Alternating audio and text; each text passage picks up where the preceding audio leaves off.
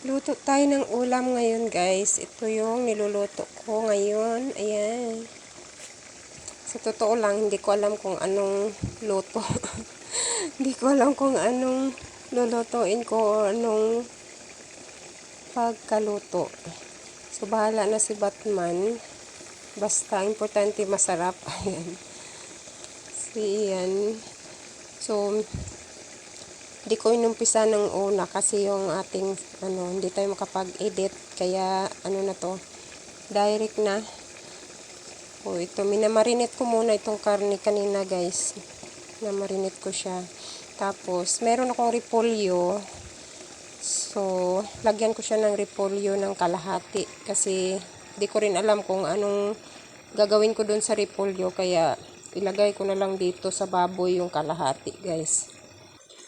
So, magbaboy-baboy muna tayo kasi kahapon naggrocery ako, walang isda. Wala talagang merong isda, guys, ilang ilang piraso lang yung nagtitinda. Bangus na maliliit, tapos 200 ang kilo. Sobrang mahal. Kaya hindi na ako bumili. Ito na lang binili ko. Yung baboy. Kasi nga daw, wala daw ng isda dahil eleksyon. Yan. So, yan na. Haluin lang natin.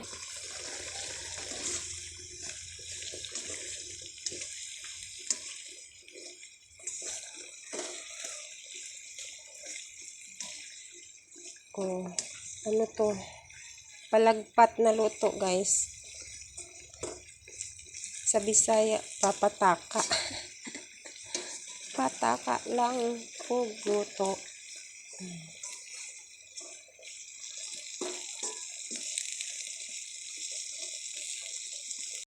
Las 8 na, guys, pasado. Hindi pa ako tapos magluto. Kasi ang dami kong niluto. Nagluto pa ako ng mga sauce ng fishball tsaka siomay. Tapos kanin. Tapos ito. Yan. Hindi pa ako tapos. Kanina pa akong wala pang 6. So, tama na yung timpla niya. Palambutin na lang natin. Yan yung ating ulam. Takpan mo na saglit.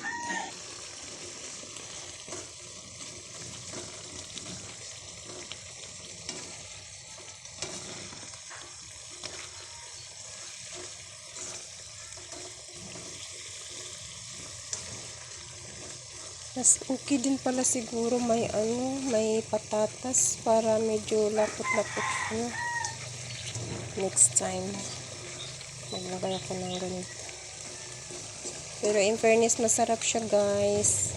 Masarap siya pagkatimpla. Tamang-tama. Palambutin na lang natin.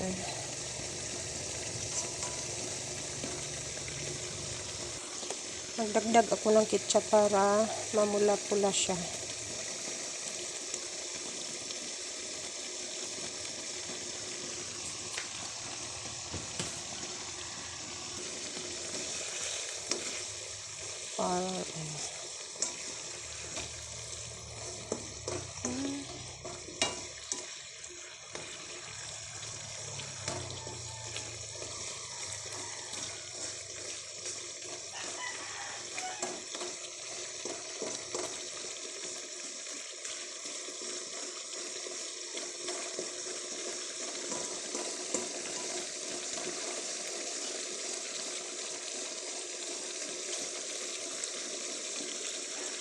Ayan.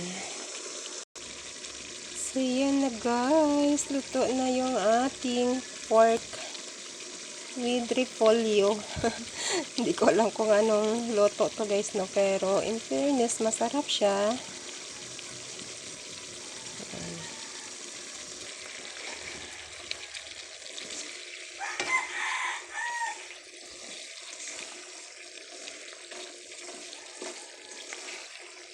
So, ganyan lang, guys. Mag-invento lang tayo kung anong luto na gawin natin. Importante, masarap. Oh.